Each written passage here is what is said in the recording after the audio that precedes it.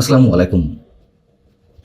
প্রিয় দর্শক, যে বিষয়ে কথা বলতে যাচ্ছি অন্তত সেক্ষেত্রে অবশেষে শব্দটা সম্ভবত ব্যবহার করা ঠিক হবে না। আমরা বলতে পারি যে মাত্র কয়েকদিনের মাথাতেই সাবেক স্পিকার শিরীন শারমিন চৌধুরী জামিনে মুক্ত হলেন এবং এর আগে দুপুরে জুলাই আন্দোলনের সময় সহিংসতা, ভাঙচুর এবং হত্যা চেষ্টার অভিযোগে লালবাগ থানায় দায়ের করা মামলায় তার জামিন আবেদনটি মঞ্জুর করেন আদালত। এবং সরকারের শীর্ষ মহলের ইশারাতেই যে তার জামিন হয়েছে এ কথা বোঝার জন্য খুব বেশি জ্ঞানের প্রয়োজন নেই সম্ভবত কারোরই। আমাদের মাননীয় প্রধানমন্ত্রীর প্রতি একটি প্রশ্ন, এই যে একটি জামিন, এই এক জামিনেই আপনার প্রতি সাধারণ মানুষের যে আস্থা, তা যে অন্তত এই মুহূর্তে কতটা সুউচ্চতায় পৌঁছেছে তাকে আপনি অনুধাবন করতে পারছেন? রাজনীতি অবশ্যই একটি রাজকীয় খেলা, কিন্তু সেই খেলা যেন হয় পরিচ্ছন্ন কলা কৌশলের। সেখানে যেন কোনো নোংরামি না থাকে, গণতন্ত্রের নামে ষড়যন্ত্রের কোনো যেন বিভীষিকা না থাকে। মানুষ তো এটাই চায়। শিরীন শারমিন চৌধুরীকে যখন আটক করা হয় অনেকেই হিসাব মেলাতে পারছিলেন না, কারণ অনেকেই তখন প্রশ্ন তুলছিলেন যে এখন তার ডক্টর ইউনূসের জঙ্গি শাসনের সময়টি নেই।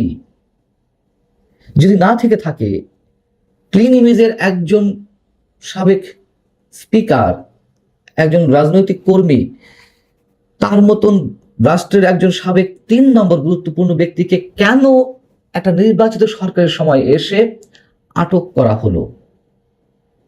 তাহলে কি এই সরকারও ডক্টর ইউনূস সরকারের এক্সটেনশন? এমন প্রশ্ন তোলা হচ্ছিল। আবার অনেকেই বলতে চাইছিলেন যে শিরীন শারমিনকে আসলে আটক করা হয়েছে আদালতের মাধ্যমে, তার জামিন প্রক্রিয়ার মধ্য দিয়ে তিনি যেন সহজে অনেক কিছু শুরু করতে পারেন। কিন্তু আওয়ামী লীগের রাজনৈতিক কার্যক্রম যে অধ্যাদেশের অধীনে নিষিদ্ধ করা হয়েছিল, সেই অধ্যাদেশটি যখন জাতীয় সংসদে পাশ করা হলো, আইনে রূপ নিল, যদিও রাষ্ট্রপতি এখনো তাকে সিগনেচার করতে হবে, তাকে গেজেট আকারে প্রকাশ হবে, তারপর আমরা ধরে নিলাম যে যখন এটি আইনে পরিণত হলো তখন মানুষের হিসেব নিকেশ অনেকখানি পাল্টে যাচ্ছিল, হিসাব নিকাশে মেলানো যাচ্ছিল না। বিএনপি ক্ষমতায় গেলে আওয়ামী লীগের ব্যাপারে বিএনপি ক্ষমতায় গেলে আওয়ামী লীগের ব্যাপারে কিছুটা হলেও নমনীয় হবে, এমন আলোচনা দেশের রাজনীতিতে ছিল। দেশের বেশ কয়েকটি এলাকায় বিএনপি নেতাদের উপস্থিতিতেই আওয়ামী লীগের দলীয় অফিস খুলে দেওয়া হলো। সেখান থেকে এমন আশাবাদী তার জায়গা আরো প্রশস্ত হলো। শুধু তাই নয়, নির্বাচনের আগেই জামাতে ইসলামীকে ঠেকানোর জন্য নিঃসন্দেহে আওয়ামী লীগের শীর্ষ পর্যায়ের ইশারাতেই আওয়ামী লীগের অসংখ্য কর্মী সমর্থকদের ভোট পড়েছে ধানের শীষে। এ কথা তো সত্য। আওয়ামী লীগ রাজনীতি করতে পারবে সেই ধারণা থেকেই বিএনপিতে ভোট দেওয়া হয়েছিল।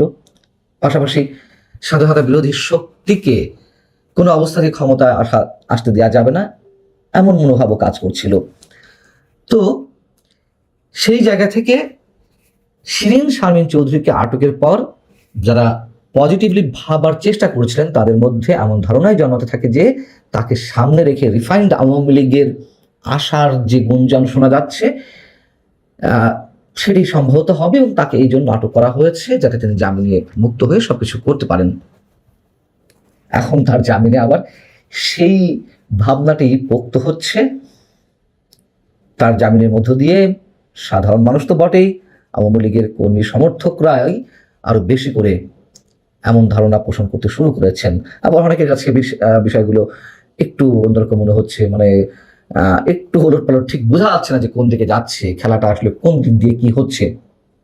কিন্তু কথা হচ্ছে কি, প্রতিশোধের রাজনীতি এদেশে অনেক হয়েছে। প্রতিশোধের খেলায় এই দেশ পিছিয়ে গেছে অনেক দূর। বিদেশি প্রভুদের ষড়যন্ত্রের খেলা আরো গভীর হয়েছে, ডিপ স্টেটের খেলা অনেক বেশি সহজ হয়েছে। এক শিরীন শারমিনের জামিনেই আমাদের সব বিশ্বাস, আস্থা যে বিএনপির প্রতি একেবারে মানে খুব সহজেই জন্মে গেল, এমন কথাও আমি বলছি না। তবে যদি সত্যিই ইতিবাচক মনোভাব থেকে সরকার তার জামিনের ইশারা দিয়ে থাকেন, তবে তার জন্য তো অবশ্যই আমরা সরকারকে সাধুবাদ জানাতে পারি, যদি কেন তেমনটি হয়। আর এই যে বলছিলাম যে অ্যাকশন শারমিনের জামিনেই নিশ্চয়ই আমাদের সব বিশ্বাস আস্থা বিএনপির প্রতি একেবারে স্থির হয়ে যাবে, জন্মে যাবে, তা নয়। কিন্তু একথাও তো সত্য যে মানুষের এই আস্থা, এই বিশ্বাস, এই ভালোবাসার জন্ম দেওয়াটা খুব বেশি কষ্টের কিছু নয়। আমি নির্বাচনের আগে থেকেই বিএনপির শীর্ষ নেতৃত্বের প্রতি, বিশেষ করে তারেক রহমানের প্রতি এই আবেদনটা জানিয়ে আসছি যে আপনি তো প্রধানমন্ত্রী হচ্ছেন বা হতে যাচ্ছেন, এবং যতদিন বেঁচে থাকবেন কিংবা ওপরে চলে যাওয়ার পরেও নামের পাশে প্রধানমন্ত্রী শব্দটা থাকবে। একটু সুযোগ তৈরি করার চেষ্টা করলে কি এমন ক্ষতি যে সবাই মিলেমিশে একটা সুস্থির রাজনীতির দিকে নিয়ে যাওয়া যদি যায়। এবং একথাও বলে আসছে যে বিএনপির রাজনীতির জন্য এই মুহূর্তে আওয়ামী লীগকে ওপেন করে দিতে হবে। যদি কেউ বলেন যে আওয়ামী লীগ কি করেছে, আবার সেই পুরনো হিসাব কেন আমাদের টানতে হবে? অবশ্যই আওয়ামী লীগ রাজনৈতিক শূন্যতার সৃষ্টি করেছিল। আবারও সেই পুরনো কথা বলি, সেই রাজনৈতিক শূন্যতার মধ্য দিয়ে জঙ্গিবাদ চরমপন্থার একটা উত্থানের উর্বর ক্ষেত্র তৈরি হয়েছিল।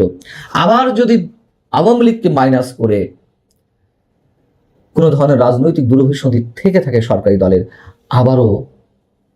আবারও ডক্টর ইউনূসের মতন আর একটা জঙ্গি সরকার আসতে পারে। কোনো রকমের ভুল কিছু নেই। ডিপ স্টেটের নানান ধরনের খেলা এখনো তারা অপশন হিসেবে রেখে দিয়েছে সামনে, এবং সেই খেলাগুলো বন্ধ হতে পারে বিএনপির সুস্থির রাজনৈতিক প্রজ্ঞার মধ্য দিয়ে। এবং একই সাথে এই জায়গা থেকে আমি একটু বলবো যে অবশ্যই সাংবাদিক, লেখক শাহরিয়ার কবির, প্রফেসর কলিমুল্লাহ, অধ্যাপক আবুল বারকার, সাংবাদিক মোজাম্মেল বাবু, শ্যামল দত্ত, ফারজানা রূপা, সাবেক প্রধানমন্ত্রী খায়রুল হক, সাবেক সিএসি শামসুল হুদা, সবাইকে যেন জামিনে মুক্ত করা হয়, জামিনের নির্দেশ দেওয়া হয়। তাদের বিরুদ্ধে যদি সত্যি কোনো ধরনের অপকর্মের অভিযোগ থাকে, সুনির্দিষ্ট অভিযোগ থাকে, তাদের বিচার হোক, কারোর কিছু বলা থাকবে না। আসাদুজ্জামান নূর, মানে আমাদের কারোর কাছে কি মনে হয় যে এই মানুষগুলো আর যাই করুক না কেন, মানুষ হত্যা করতে পারে, মানুষ হত্যার ষড়যন্ত্র করতে পারে?